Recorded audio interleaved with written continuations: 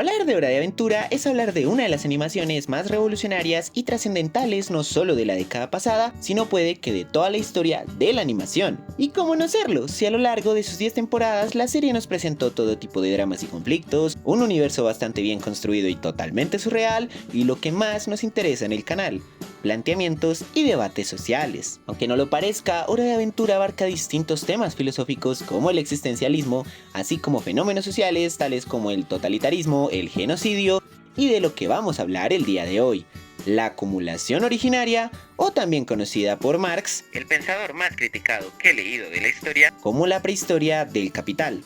Sí, sé que para muchos de ustedes la acumulación originaria suena a otro término de sociología que a nadie le interesa y que solo existe para poner barreras académicas con la gente de a pie. Pero en este video vamos a ir con calma explicando este interesante e importante fenómeno. Para ello tenemos que recurrir a un capítulo de la sexta temporada llamado Karina, donde la premisa es bastante sencilla. Uno de los hijos de Jake decide comprar las escrituras de la Casa del Árbol para desalojar a Finn y Jake, obligándoles a tratar de conseguir empleo y una vida más, entre comillas, adulta, con más responsabilidades. En dado momento del capítulo, el que nos interesa, Finn y Jake son arrestados por invadir un apartamento, algo que el pobre chico de 10 años no entiende, por lo que Jake decide explicarle cómo y por qué surge no solo la ley, sino la mismísima propiedad privada. Así que sí, en este video exploraremos de la mano de uno de los capítulos más icónicos de El Capital, la Biblia marxista, el cómo surge el capitalismo, cómo necesita de la sangre y la violencia para consolidarse como el supuesto mejor y menos cruel sistema económico de la historia, y el papel que jugaron las leyes en ese momento. No creo que este video tenga spoiler alguno sobre cosas importantes de la serie, por lo que una vez dicho esto, comencemos con este video que sobreanaliza un clip de menos de 40 segundos y lo convierte en un video de más de 10 minutos. Capítulo 1. ¿Y a ustedes les toca arena?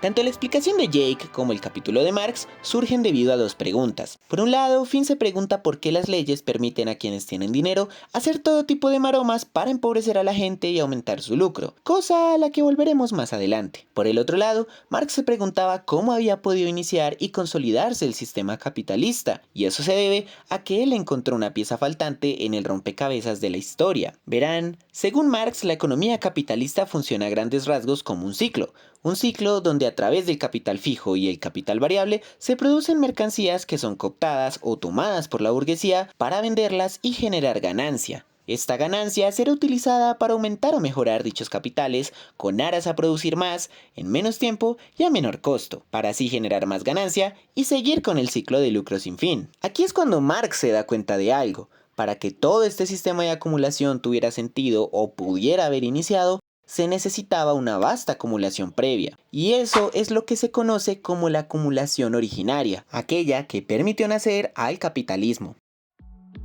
Durante toda la historia nos han vendido el mito de que esta acumulación originaria era el resultado de un sector de la población que ahorraba y gastaba de forma inteligente todo dinero que tuviera, a veces incluso bajo perspectivas científicas que se creen apolíticas, como la obra más icónica de Weber, La ética protestante y el espíritu del capitalismo, del cual ya tenemos un video que les invito a ver, y a veces bajo relatos sensacionalistas o anecdóticos. De esta forma, se creía que el hecho social de que hubiera una enorme mayoría empobrecida y una minoría totalmente enriquecida se debía a un montón de gente haragana y perezosa junto a un puñado de gente trabajadora, ahorrativa e inteligente. Pero tanto Marx como Jake el perro dicen no, mi ciela.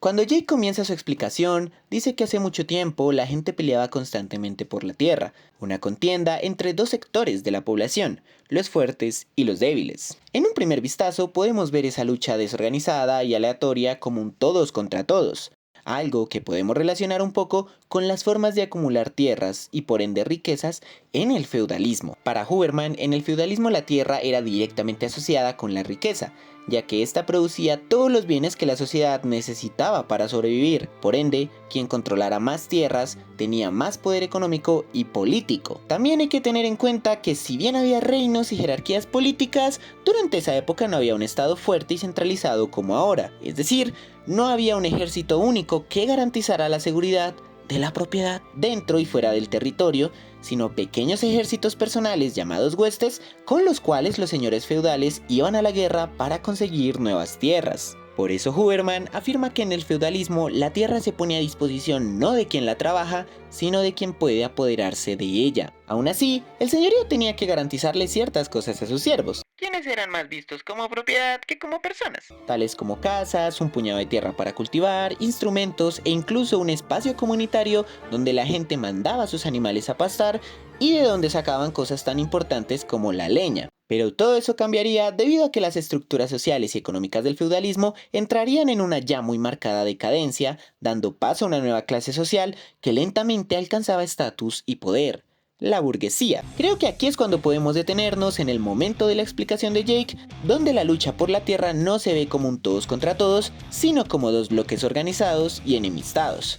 Dos ya no sectores, sino clases sociales, fuertes y débiles. Con las nuevas dinámicas económicas nacientes, los señores feudales y la burguesía decidieron transformar radicalmente el campo para poder enriquecerse con este nuevo sistema, y la forma en cómo lo hicieron fue a través de la violencia. Pues Marx explica cómo los grandes latifundistas encontraban que era más productivo destinar la tierra ya no para la agricultura y la vida de les sierves, sino para el ganado y la producción de lana con fines industriales. Así que, ¿qué hicieron los grandes señores latifundistas? Pues nada más y nada menos que despojar a toda gente de sus tierras, arrasando por completo con las aldeas y dejando de hacer contratos con la clase campesina. Esto generó un éxodo masivo de gente que ya no tenía hogar, ni siquiera elementos propios, pues se daban casos como en Escocia, donde no felices con expulsar a la gente de sus tierras, los señores se quedaron también con todos los inmuebles. Todo esto con el fin de, por un lado, evitar cualquier responsabilidad con la clase campesina, pues salía más barato tenerles como asalariados que como sierves, pero también se aprovechó para acumular y concentrar más tierras, ya que se tomaron por la fuerza los predios que antes eran de uso comunitario, volviéndoles de propiedad privada, o porque de la mano con el movimiento de la Reforma Protestante, la legitimidad de las propiedades de la Iglesia se vieron cuestionadas y muchos aristócratas aprovecharon para apoderarse de sus tierras y repartírselas a modo de favores políticos. Para finales del siglo XVIII ya no existía en Inglaterra rastro alguno de esta propiedad comunal, todo se lo habían llevado y cercado los fuertes. El enorme nivel de despojo también se nos muestra con el caso de Sutherland en Escocia, donde entre 1814 y 1820 la condesa inició una campaña de expulsión y exterminio de más de 15.000 campesinos con el fin de convertir sus tierras en pastos para el ganado. Su apetito por la riqueza siempre superó con creces a su humanidad, pues incluso se llegó a quemar viva a la gente que se rehusara a dejar sus casas, su territorio.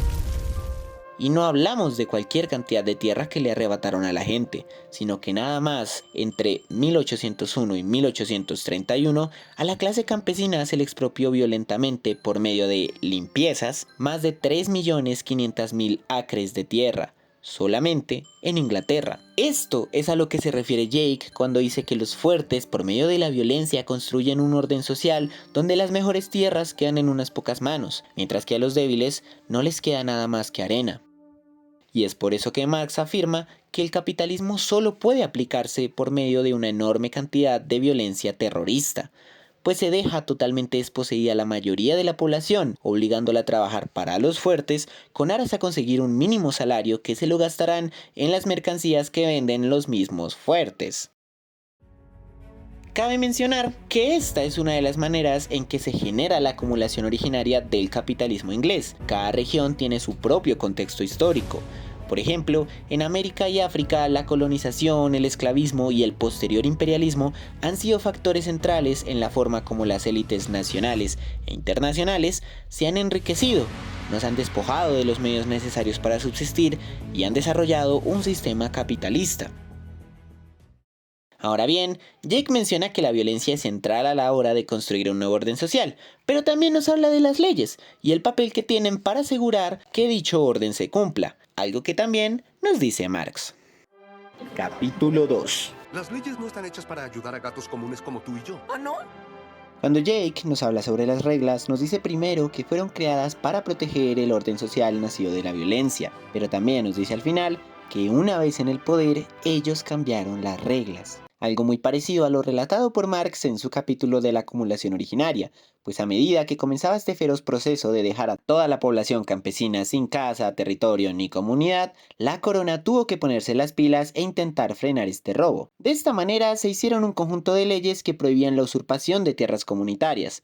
Más adelante se añadieron leyes para evitar la expropiación de pequeños campesinos y arrendatarios, las cuales estuvieron en vigor durante 150 años sin llegar a ser muy efectivas. Y esto se debe a que si bien estas leyes buscaban evitar el mayor despojo posible, en la práctica solo se protegían minúsculas porciones para la clase campesina, permitiendo masivos robos de tierra.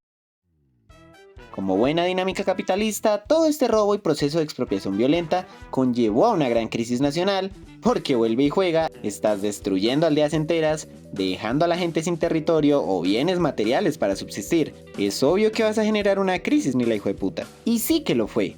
Pues para 1543, Inglaterra no tiene otra opción sino declararse en estado oficial de pauperismo, dando paso a las Poor Laws o el impuesto a los pobres, que lejos de ser un conjunto de políticas sociales que ayudaran a las víctimas del capitalismo naciente, se trataba simplemente de expulsar de cada pueblo y ciudad a las personas en condición de mendicidad. Porque sí, es con el inicio del capitalismo que la habitación de calles se convierte en un serio problema social que a día de hoy sigue afectando fuertemente a nuestras sociedades. La burguesía se aprovechó de las, y abro comillas, asombrosas masas de pueblo incapacitadas para ganarse su vida y la de su familia, que sin tener más lugar a donde ir llegaban a las ciudades totalmente vulnerables y a ojos del capital, explotables. Pero no esperó pasivamente a que la gente llegara sola, sino que presionaron por medio de la ley de diferentes maneras. Por un lado, con la Revolución Gloriosa y de la mano con los terratenientes, crearon leyes como la Bills for Enclosures of Commons, donde legalizaban la expropiación de toda tierra comunal, aumentando enormemente los niveles de saqueo de tierra al estar garantizada ahora la impunidad. Por otro, había casos como Escocia donde la gente tenía prohibido salir del país a pesar de haber sido despojadas de sus aldeas, esto con la finalidad de que solo pudieran acabar en los centros fabriles de la región. Sin embargo, quizás las leyes más crueles y cínicas eran aquellas que perseguían a sangre y fuego la mendicidad, y es que si en un inicio la burguesía estaba feliz con toda la mano de obra barata que llegaba a la ciudad, rápidamente la industria naciente no dio abasto para darle trabajo a tanta gente, por lo que la solución fue aplicar todo un conjunto de penas y castigos para la gente que, habiendo perdido toda su vida, no tenía la posibilidad de encontrar trabajo. En 1530 sacaron licencias reales para mendigar, decretando que toda persona que fuera encontrada mendigando sin la licencia se llevaría unos buenos latigazos. Otras leyes permitían marcar con hierro ardiendo a les llamades vagabundes para ser, en el mejor de los casos, expulsadas de la ciudad, pero habían destinos peores. Por ejemplo, aquellas personas en condición de mendicidad podían ser esclavizadas legalmente y puestas a trabajar sin importar en qué. E incluso, habían varias leyes que legalizaban el ahorcamiento de mendigues y vagabundes, pues eran vistes directamente como enemigues de la sociedad. Esto se ve reflejado no en la explicación de Jake, sino en la trama del capítulo, donde King Kim Jam despoja de toda posesión a Finn y Jake con aras a que consigan un trabajo, es decir, que se vuelvan una población asalariada. Marx menciona entonces que el capitalismo inicialmente tuvo que adentrarse en la cultura y los hábitos de la gente a través de la violencia. La gente tuvo que perderlo todo, estar perseguida constantemente y aprender en contra de su voluntad nuevos oficios y prácticas que por medio del trabajo asalariado les diera lo suficiente para comprar las mismas mercancías que se pasan todo el día elaborando. Si antes las familias podían conseguir su propia leche, su propia comida o hacer sus propios muebles, con la llegada del capitalismo y el despojo total de sus pertenencias, ya solo podían pasar jornadas de más de 16 horas diarias para tener a duras penas lo suficiente para no morir de hambre. Esa es la magia del capitalismo. De eso se trata la acumulación originaria. La expropiación de los medios de producción de la mayoría a favor de unos pocos.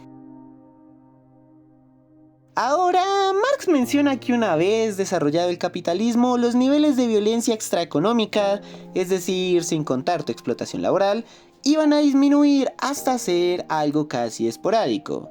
Grave error. Lastimosamente, Marx no le puede atinar a todo, ya que a lo largo del tiempo, incluso mucho después de Marx, como en la actualidad, el capitalismo sigue necesitando de enormes niveles de violencia para maximizar su ganancia. Miren nada más la Argentina de Milei, donde ataca sin parar los derechos laborales y las medidas de cuidado comunitarias únicamente para seguir enriqueciendo a la misma casta que supuestamente iba a destruir. O el caso colombiano, donde cada vez que las élites sienten que no tienen tanto dinero y tierras como quieren, recurren al paramilitarismo, o cada que necesitan aprobar leyes neoliberales sumamente precarizantes, recurren a las armas para amedrentar las protestas sociales. Así que recuerden, todo proceso de acumulación capitalista necesita y va a generar muchas dinámicas sumamente violentas, que a costa de nuestras vidas le dará un poco más de plata al 1% de la población. Recuerden que este sistema se construyó sobre ríos de sangre de gente popular que solo quería subsistir, y recuerden que las leyes, por más progresistas que sean, no están para cuidarnos, sino para salvaguardar a la propiedad privada y a la generación de riqueza. Entender qué es la acumulación originaria nos permite desmitificar a la burguesía. Entender que lejos de ser estos semidioses inteligentes y ahorrativos, son sencillamente el resultado de muchas generaciones de buitres asesinos.